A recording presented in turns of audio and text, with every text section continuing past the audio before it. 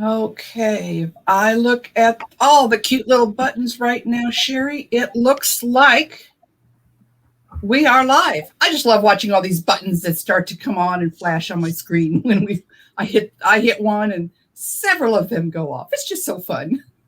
Okay, I'm easily entertained. Perfect. Oh my goodness. Well, let's see. What is today? Today is Wednesday, May 19th already. Oh my gosh, I can't believe it. It is the 19th of May, 2021.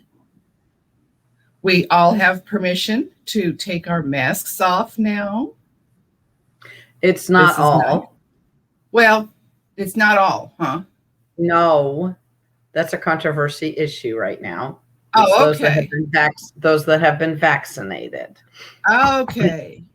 But anyway, we don't want to go into that topic because it can be a little. No, I was just thinking changes over the last, 14, 15 months. Oh my goodness. And you know, this is our episode 36. 36? 36. I didn't even know that. I'm not even sure if I'm 36 years old, but okay. Then. Oh, I know I'm not. Forget that the fact my kids are in their 40s. I'm 30, but that's not working for me anymore. Good morning. Good morning. Great to see people. Morning. I notice we have a Facebook user. Do you want to explain really quick how people can be If you have come in, now we use a program called StreamYard. StreamYard and Facebook, they kind of play together, but they each have their own little worlds. To some people, we can only see the word Facebook user and not your name. If you are willing, go to in another tab. Don't close this down. Keep with us. Go to another tab. Go to StreamYard.com/Facebook. You will be asked, okay, will you give permission for Facebook to share with StreamYard your name? And you can say yes. Speaking of all of this, go ahead. You just totally confused me. Maybe you can just put that in the comments.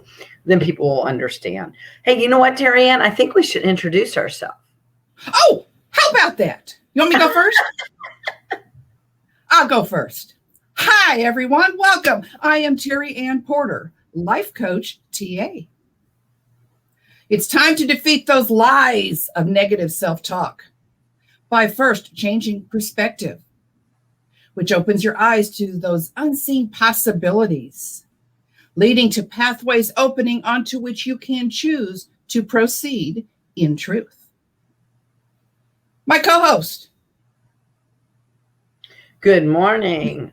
For those of you that don't know me, I am Sherry Berger, and I'm the owner of Here to There Consulting. And we educate business owners with those tools to balance life, business, and finances. Because our mission is to help you create the life and business that you deserve. Hey, Terry Ann, what are we going to talk about today? Well, last week we talked about those things in our life, the negativity and all in our life, and we called them weeds. Let's find ways to get rid of those weeds this week. What are some weed killers that we can use in our lives? So we're going to talk about de-weeding our life's business garden today, aren't we? We're going to de-weed. I got to thinking, we've had a lot of rain the last few days. The rain has softened the ground. That makes it kind of easy right now, if I were to go out there right now, to pull some of the weeds in my garden. And I didn't say I was going to do it, but it has softened the ground. So how will you soften the ground so that you can go and start to pull those weeds out of your life or business garden? Interesting. That's interesting that you said that, because when it rains like it's raining, I worry that there's going to be more weeds and more fleas and more ticks and more. I never thought about it's a perfect time to pull them out. I thought it was a perfect time for them to grow. Look at how we can have a different perspective with the rain. Say, ooh, This is a good time when it's not raining to get those weeds out. What a good idea. I mean, I guess you could go out in the rain and pull out the weeds too, though. Well, it could. Yeah, if you want to dance in the rain. Of course, there is that word could. That's right. Some people love to play out in the rain. Why not? Why not? That's funny because I asked my husband about going for a walk the other day, and he's like, but it's raining. And I go, exactly. Let's go for a walk. Goodness. It's all about perspective. Come on. So what are some of those weeds that we talked about last week? Oh, some of the weeds we talked about were negative people around us, our attitudes, feeling crappy,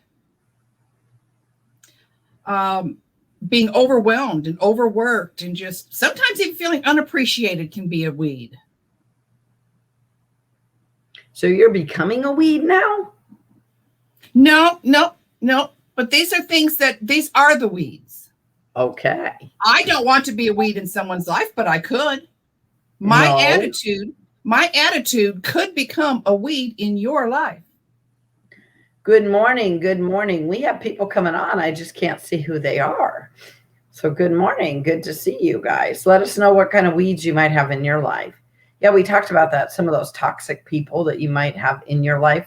And some of them we can totally de-weed them. And other ones we might just need to limit exposure to. Like, family members, you might not be able to totally de-weed. But friends, we choose, right? Friends are the people that we choose to be around. And then we talked about clients.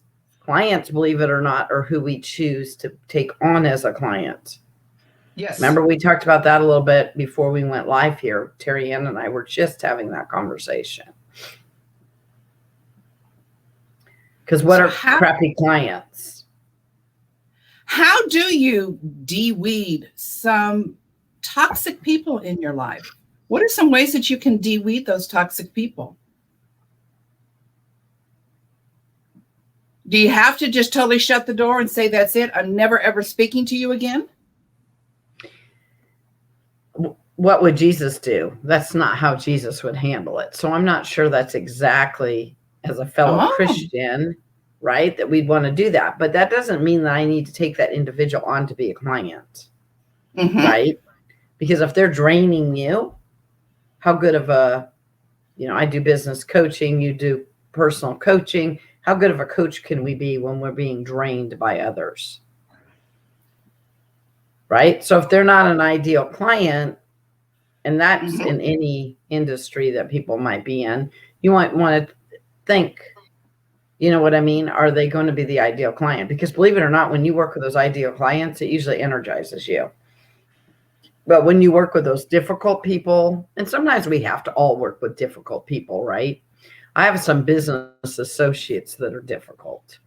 And so how do you deal with business associates? And when I mean that, I mean at networking events, I mean at, right?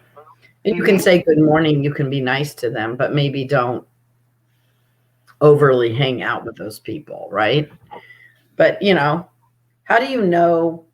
Sometimes when I see people that are, if you want to call them toxic people, I'm more worried about what's going on with their life, and how are things with them. So I don't think we should judge them, and I don't think we should maybe avoid them, but maybe we don't need to hang out with them. Does that make any sense? There's kind of a line there that you have to choose. And I think that's interesting to remind ourselves. The choice. I have the choice of how much time I'm going to spend. But you can be very kind to these individuals and say, good morning. I love your dress. Hey, I'm running to get a cup of coffee. Maybe not great seeing you, but I'm glad I got to see you. I don't know, stuff like that. So the way you engage with those people. But I don't know about you. I'm not a new business, but some of these new business owners will be like, I just need clients. Oh my gosh, I need clients. So then they end up with toxic clients because they'll just take on any client. And that can be more, what is it called? Less beneficial and more. And how demanding of your time. And if you are totally drained, the question is then, is that client growing? Are they growing by draining you? Or are they just staying in the same situation, the same whatever brought them to you? Are they staying the same, but just zapping you? We're here to help them to grow. Good morning, Pam. It's good to see you. So what are some of the other, okay, so we've got people in our lives and we have to decide how much time we're going to spend. Sometimes we have to actually acknowledge, yes, I do have control over that. Yep. That coworker is very irritating, but I have control over how much time do I spend in the hallway talking to them. Am I focusing on listening to their conversation out over there, or am I focusing over here on what I'm supposed to do? So yes, they're irritating, but we do have some control over that. And so we just have to take our control to the extent that we have. We have people in our lives. We have interruptions. Ooh, those interruptions can sometimes be big weeds. I've got my whole day planned. This, and this. It's going to go perfect. And then a phone call comes. Or somebody knocks on the door. A weed has just developed. What am I going to do with that? Oh, Pam says that you have been helping her to de-weed, and she is constantly growing. Very you have to constantly grow, right? And sometimes that could be mindset. But we were talking about the things that distract us. Do you know that your phone can be flipped over and you don't have to answer it all the time? No way. And you know your emails, you do not have to check them every hour or every 30 minutes. Wait a minute, Sherry. Wait a minute. What do you mean I don't have to look at my phone and my emails? And Facebook. You do not have to be on all the time. Oh, now you're making me nervous. And you don't have to stay friends with everybody on Facebook. And if you want to defriend them without them knowing you defriended them, you can do that as well. So there's ways to keep those, what'd you just say? I call them squirrels. I don't know what you called them, obstacles from running your life. And Terry Ann one day gave me a really good deal. She's like, disconnect from the internet totally, and then go find a coffee shop or go find somewhere, right, that you can hang out with no internet and only write your book. Yeah, but it's on Google Drive. You don't need the internet to do that. So looking at those type things, where do you want to put your gazelle intense focus? And I like people to set timers so that we can just work on something in a certain time frame. But you know what? I don't like it when you use this as a timer. I know we can, but what happens when we use this for a timer, Terry Ann? It's right there. It's another distraction. And the message I'm pops trying to up. stop my time, but then I got an email notification. I got a phone call. And by the way, somebody on Facebook wrote something and I got to read it. So no.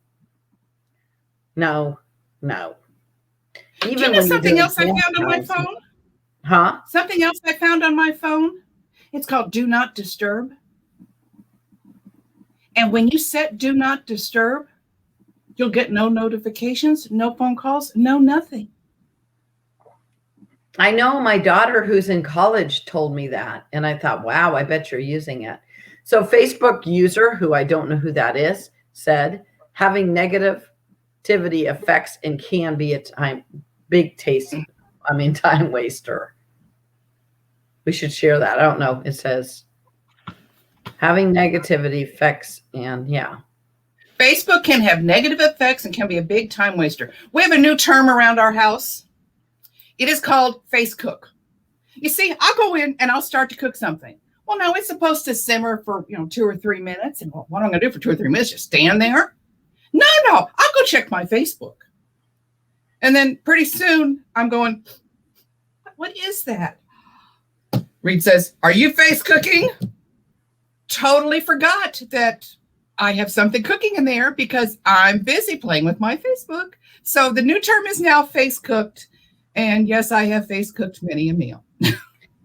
But you don't even have to go in the other room. You can bring your phone in while you're cooking and you can look Yes. at it. And you can still face cook. Just saying. That's right. Because where is your focus? The focus is on this, not on the stove. And do you know that sometimes when we're busy and we're always chasing those squirrels like Facebook and email and not just stopping in thinking, we're actually not giving our time with just our thoughts. Ooh. Yeah. And that can be a good time to be praying, meditating, right? I love to go for a walk because I can get away from everything. And my family can tell you that I will get grumpy when I don't get my walks in. I go for a walk almost every day. Right now, I haven't been able to do that because I've had some plantar fasciitis. But literally, I go for a walk every day. And you know why I go for a walk? To get away from everything. And you get exercise. And you can breathe. And so where do you go, right? Sometimes just to get away from everything. Just to think. Mm-hmm. You know? And then I like what Pam said, never does. Damn squirrels. Those squirrels, I tell you what, they get me every time. They get me every time. And guess what else can happen to you?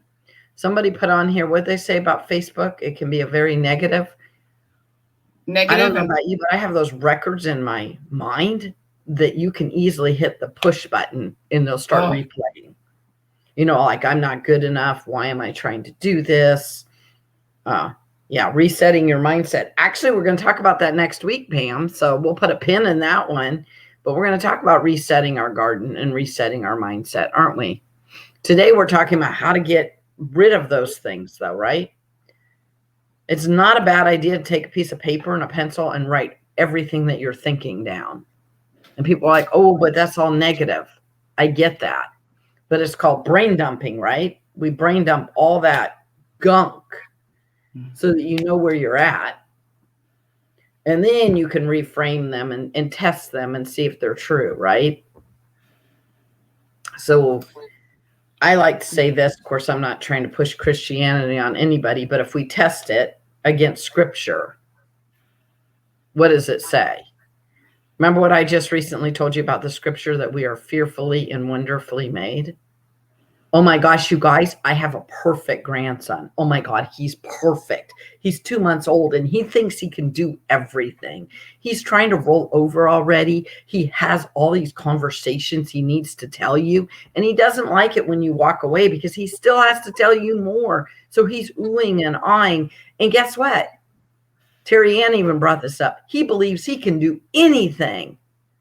And how does he know that? Did we show him that, Terry Ann?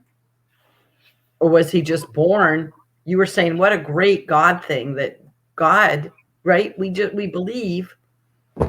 Kevin and I find it hilarious, my husband and I, that he will kick, talk, and he gets himself all the way down in the seat, and then you pick him up and you put him back up in the seat, and he does the same with his arms and hands all the way back down again, right? And does he give up? Never gives up. They keep trying. I love that. And so we were born that way, right? I say he's the smartest and the cutest and the most amazing baby, but he really is. And well, I could argue with that, but I'll let you have it. It's just true. But if you see that, right, the spirit of a little baby like that, because we're fearfully and wonderfully made. So where did you get broke? Where did you stop believing that you could kick and what you had to say was important? And when, not that you need to be self-centered like babies can be. I'm not saying that. But where do we lose that? Mm-hmm.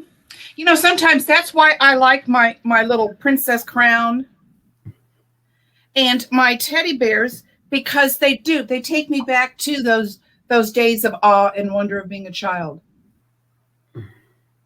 When you could do anything? When you can do anything. And those are my reminders. I can do anything. And going back to that childlike curiosity, excitement, they help to bring that back in me. What are some things that bring that back in you? Well, I like what Pam talked about, brain dumping the negative and rewriting them into positive. That's a great way to, right? Yes. That's a great way to do it. And like I said, somebody one time told me to test it against scripture. God don't make no junk. Did you know that? I heard that. I believe that. Someone once told me the reasons baby don't speak when they're born because they're so close to God, they have to learn to communicate on our level before. Oh, I love that.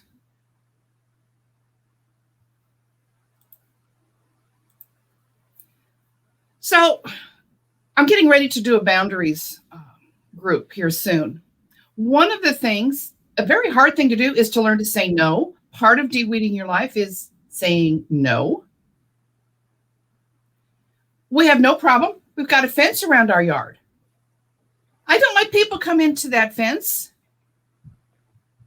unless I've given them permission. If someone comes into that fence and I have not given them permission, they're trespassing. How can I apply that fence metaphor to my life? I didn't invite so-and-so to come in and be negative and berate me and put me down and call me names and destroy my confidence. Did you or did you not? Did you actually open the gate and say, I'm feeling insecure with, or ask for their, or just share information with them that maybe you didn't need to? Mm-hmm. So did you actually open the gate a little bit? Right? Because you were talking about that was a choice you made. Why did they feel like they could give you all that advice, Terry Ann? What did you say or do that could have been? Ooh. Not that you're always at fault, right? I'm not saying you are, because there's people that give the unsolicited. But how many times did you just give somebody permission? Right. And we don't even being aware of when you do that. And then when people give you that unsolicited, I never gave you permission, right? I remember my friend Gerald used to always tell me to check the sources. Are they one of those close people that, right, are trying to give you, what do we call it, constructive criticism? Are they telling you because they love you and they care about you? A lot of times when I tell a close friend, I think Terry Ann's even heard me say this, hey, I love you and I want you to know that I love you and I think you're amazing, but I'm trying to let you know that if you did this, I bet you'd be a lot better over in this. But I mean, I'm going to love you no matter what you do, but I was just going to let you know that there's a little egg on your face, right? And so the way you'll tell somebody, but I always start off with, because I care about you and I want you to be amazing, I want you to, know this. But sometimes as a coach, you probably do this too, and Pam can tell you, sometimes I'm just a straight shooter. I'll be like, really? How's that working? Because, right? So that's sort of your tough love part. So yeah, we need to speak the truth in love, right? But who is doing that? And who is just doing it to tear you down? And just differentiate. What is that word I'm trying to say? Help me out, Terry Ann. Differentiating in between the two. Oh, differentiating, yes. Yeah. Accomplishing. What did Pam just put here? Pam says, accomplishing the publication of an article I've been sitting on for about a year and going to a pro tournament this weekend was true validation for me following my passion. You know what I like about that? You know what I like about that? What I like about this here is that it didn't happen overnight. And sometimes we want change, success, whatever to happen overnight, and we're not willing to put in the time needed. But did you hear what she also did? She's a travel writer and she's a volleyball writer. So she put herself in that environment that she thrives at. So then she could reframe and rewrite that article. Oh, so we need to pay attention to those around us and where we're spending our time, our energies. Oh, wow. So if I'm spending my energy over here with really non-productive, non-valuable, energy draining events or people, I'm not really doing anything over here in my personal growth. And I have control over that too, don't I? Yep. And you've told me Wow. before, if we move from maybe home when we're trying to write a book and we go to a coffee shop, right? It'll change. You change your environment. You can change your perspective, right? Sitting outside on a beautiful day and trying to write your article on volleyball, if you can't go to the volleyball tournament, that's a great way to, right? And I know Pam, when she watches a lot of volleyball and whatever, those tournaments, even online, it will energize her. So what energizes you to get you back on track?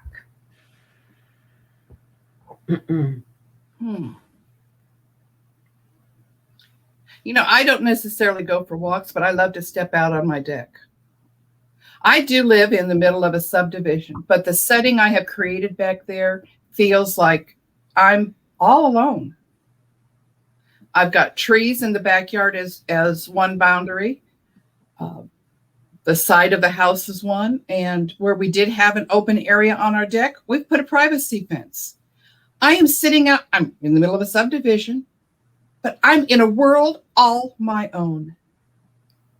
I've put flowers out there. I've just now put a fountain out there. A couple of months ago, the wind took away my gazebo. So I've lost a little bit of my shade now.